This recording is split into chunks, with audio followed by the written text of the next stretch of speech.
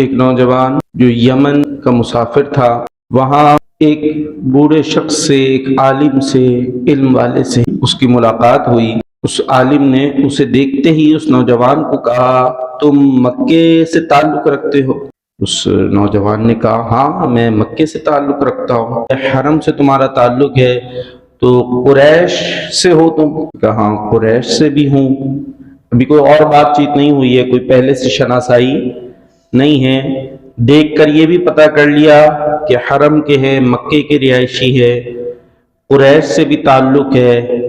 اچھا پھر مزید کہا کہ تم تیمی ہو؟ یہ تیمی یعنی تیم بن مرہ، یہ اس کی اولاد سے جو آگے سلسلہ چلتا تھا ان کو تیمی کہا جاتا تھا۔ اب اور حیرت کی بات کہ ابھی کوئی نہ جان نہ پہچان، قبیلہ بھی پتہ چل گیا، کس کی اولاد میں سے ہیں، کس علاقے سے ہے، خود ہی سے آگے سے سوال کر رہا ہے، اور گویا سوال ایسا ہی ہے کہ وہ بتا رہا ہے کہ اس شخص کو یہ سارے حالات پتہ ہے۔ بڑی حیرت کی بات، کہاں میں تیم بن مرہ کی اولاد سے ہوں، مگر یہ کیا بات ہے اور یہ سب تم مجھ سے کیوں پوچھ رہے ہو؟ یہ اس نے کہا مجھے تمہاری خاص علامت کا بھی علم ہے۔ تو اس نوجوان نے کہا وہ کیا ہے؟ اب اس شخص نے کہا کہ وہ علامت تمہیں جب بتاؤں گا جب تم اپنا مجھے پیٹ دکھاؤ گے۔ اب جب تم تفصیل بتاؤ گے تو اس کے بعد پھر میں اپنا پیٹ دکھاؤں گا۔ تو اس شخص کہنے لگا کہ میں اپنے سچے علم کی بنیاد پر یہ بات جانتا ہوں جو میں نے پچھلی کتابوں کے ذریعے حاصل کی ہے کہ حرم میں آخری نبی کا ظہور ہونے والا، دو شخص ان کی خاص طور پر مدد کریں گے اور ایک مہمات کو سر کرنے میں اور مشکلات کو حل کرنے میں ان کا ممد اور معاون ہوگا، اور دوسرا شخص سفید رنگ کا اور ظاہری طور پر نحیف اور کمزور ہوگا، اور اس کے پیٹ پر تل ہوگا اور اس کی الٹی ران پر بھی ایک علامت ہوگی۔ جب یہ بات سنی تو حضرت ابو بکر صدیق رضی اللہ تعالیٰ عنہ کی یہ ذات تھی، آپ نے اپنے پیٹ سے کپڑا ہٹایا تو وہ آپ کی ناف کے اوپر تل موجود تھا۔ تو اس شخص نے دیکھتے ہی کہا، رب کعبہ کی قسم تم وہی ہو کہ جس کی نشانیاں میں نے پچھلی کتابوں میں پڑھ رکھی ہیں، اور میں نشانی کی بنیاد پر تمہارے پاس آنے ہی والا تھا۔ میں نے کہا بھائی وہ حضرت ابو بکر صدیق رضی اللہ تعالیٰ عنہ تھے، انہوں نے کہا تم کیوں میرے پاس آنے والے تھے؟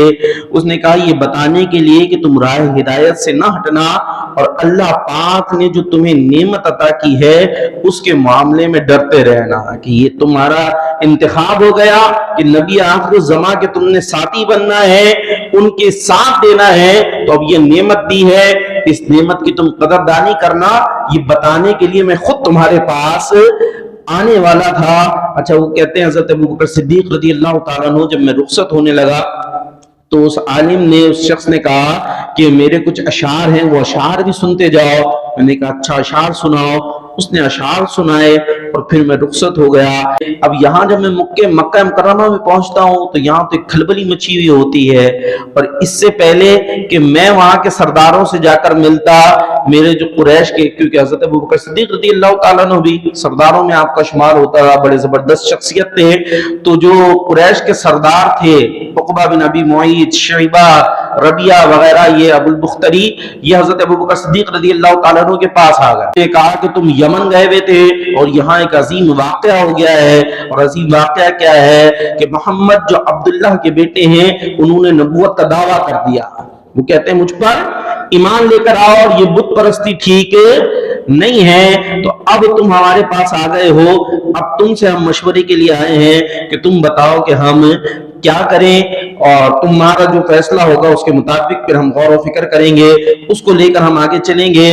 تو حضرت ابو بکر صدیق کہتے ہیں یہاں وہ یہ باتیں بتا رہے تھے اور میرے دماغ میں تو ادھر وہ باتیں چل رہی تھی کہ ابھی تو یمن میں مل کے آیا ہوں، خیر ان پہ تو ظاہر نہیں کیا، انہیں کسی نہ کسی طریقے سے واپس لوٹایا۔ اب میں نے پتہ کیا کہ محمد بن عبداللہ صلی اللہ علیہ وسلم اور حضرت ابو بکر صدیق رضی اللہ تعالیٰ عنہ سے پہلے سے دوستی تھی۔ میں نے معلومات کرنا شروع کی کہ ابھی وہ موجود کہاں ہیں، پتہ چلا حضرت خدیجہ رضی اللہ تعالیٰ عنہا کے گھر پر موجود ہیں۔ میں سیدھا حضور علیہ الصلوۃ والسلام کی بارگاہ میں حاضر ہوا، آپ علیہ الصلوۃ والسلام سے میں نے بات کی اور پوچھا کہ آپ نے یہ جو دین ہے یہ اس کو ترک کرنے کا اور جو اپنی نبوت پہ ایمان لانے کا حکم فرما رہے ہیں، دعوت دے رہے ہیں، یہ کیا معاملہ ہے؟ آپ علیہ الصلوۃ والسلام نے مجھے بھی دعوت ایمان دی کہ میں اللہ کا نبی ہوں، مجھ پر ایمان لے کر آؤ، اللہ کی وحدانیت پر ایمان لے کر آؤ۔ جب آپ علیہ الصلوۃ والسلام نے مجھے دعوت دی تو میں نے پوچھا کہ آخر نبوت کی کوئی دلیل بھی ہوتی ہے، کوئی ثبوت بھی ہوا کرتا ہے؟ آگے سے حضور علیہ الصلوۃ والسلام نے ارشاد فرمایا میری نبوت کی دلیل وہ بوڑھا شخص ہے جس سے تم یمن میں مل کر آئے۔ میں نے آگے سے کہا میں تو کئی بوڑھوں سے ملا ہوں بھائی، جب تاجر ہیں مارکیٹ میں گئے بہت سارے بوڑھے شخص ملے ہوں گے، کہ میں کئی بوڑھوں سے ملا ہوں، کہ ہر بوڑھے کی بات نہیں کر رہا، جس نے تمہیں آج چلتے چلتے اشعار بھی سنائے تھے نا اس بوڑھے کی بات کر رہا ہوں۔ تو آپ کو کس نے بتایا؟ کہ اسی فرشتے نے بتایا جو میرے پاس وہی لے کر آیا، جو پچھلے انبیاء کے پاس بھی وہی لے کر آیا کرتا تھا۔ حضرت ابوبکر صدیق رضی اللہ تعالیٰ عنہ کلمہ پڑھتے ہیں اور دامن اسلام سے وابستہ ہو جاتے ہیں۔